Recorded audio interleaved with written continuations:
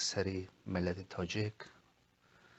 بار کردند ماندند و اونا را در سطح بالا نگه می‌دارند و اونا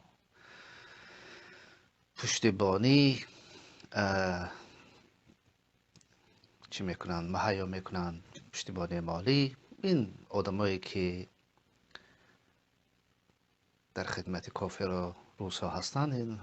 نه فقط کبیری و خانوادهش و کل حکومت تاجیکستان، بلکه همین من قبلا گفتم این کبیری و خانوادهش و اینا همه در خدمت روسای کافر و در بالای آن همه این چیزا کار برده می شود بالای در سطح پایین نگه داشتن ملت تاجیک تا که ما هیچگاه نیرومند نشیم و هیچگاه خود ما را از این حالت که ما داریم آزاد نکنیم.